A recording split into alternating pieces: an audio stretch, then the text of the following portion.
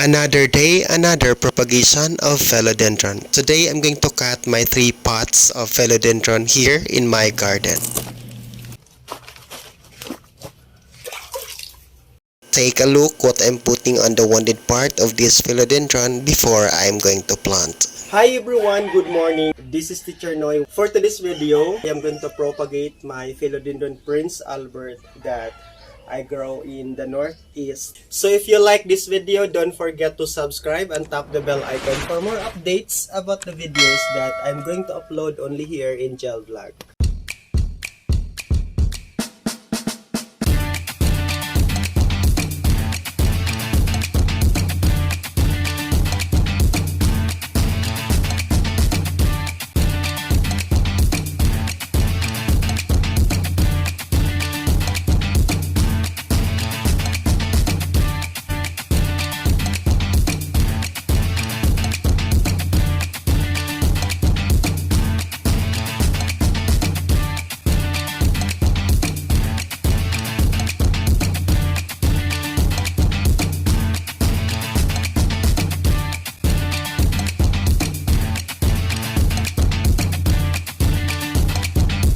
I am done removing this potted Prince Albert that I'm going to propagate today at the northeast area in my garden. I got this philodendron during the time of the pandemic. One of my friends here in our place gave me this philodendron. It is just a cutting, a node with only 2 leaves, but now after 2.5 years, look at the development of this philodendron Prince Albert. But look at now, this is really big and it is really nice to propagate it today because I really wanted to have more cutting of this kind of philodendron. And now let's start cutting the top cut of this philodendron. This is the first pot that I'm going to cut it today, and I love starting at the top cut part of the node of the philodendron and every time I'm doing my propagation,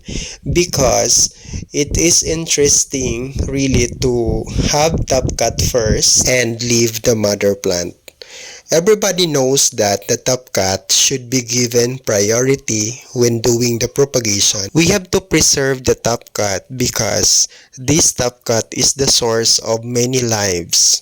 Next time you're doing propagation, it will stand as a mother plant again to your philodendron. So you have to take care of this, knowing that the beauty of the plant starts at the top cut. And the top cut is a source of beauty and inspiration of every plant.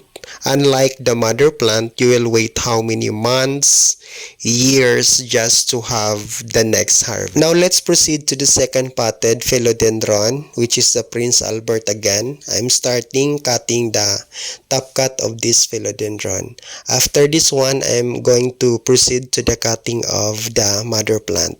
I am looking for the number of leaves in every cutting of the node of this Prince Albert philodendron. The requirement of the cutting of the node of the Prince Albert philodendron for the propagation is 2 to 3 leaves. That is enough to survive for the first time that you are going to propagate your philodendron. After this cutting of the mother plant, I'm going to include the next potted Prince Albert philodendron that I have here in my garden. A total of 3 pots that I'm going to propagate it today. And this is the youngest of the 3 nodes that I got during my visit to my friend here in our place. So I am successfully propagating it. Right after the cutting, I'm preparing the soil mix that I'm going to use for my propagation for the Prince Albert philodendron. I have here my loam soil 50% and I have 30% of the rice hull, and the other 20% I have my decomposed coco peat that I already mixed here in my soil. So here in my garden, I have already my mixed soil. And every time I'm doing my propagation, it is easy for me to do my job. Why I am putting this aloe vera plant at the wounded part of the Prince Albert philodendron? There are 2 purposes of having aloe vera during the propagation. The first one, it can heal the wound of the plant. And the second one, it can help also in rooting process of the plant. So I have tried several times of doing my propagation, putting the aloe vera on the wounded part. It's really effective for the plant to recover easily, and it can also use to avoid the rotting process on the wounded part of the node of the plant. And I have watched also several videos on the YouTube about the plant's propagation. People are really using about the aloe vera as a source of healing the wounds and the rooting process of the plant during the propagation. So you should try it. It's really nice for the process of healing, and it's also helpful to make the plants grow better. Another thing that I discovered about how the philodendron grows well and healthy is you have to look first at your pot. Make more holes in order to drain well the water. So that is one of the ways that I'm trying, and every day I'm doing my propagation. One of the things that I have discovered in fertilizing my plants naturally, I use the banana peel and the eggshells. How to do it? Just cut the banana peel in small pieces and crack also the eggshells and dry it on the sunlight for 1 week. After 1 week, you mix those materials as a source of the organic fertilizer of your plants. Mix them to the soil that you have in your garden.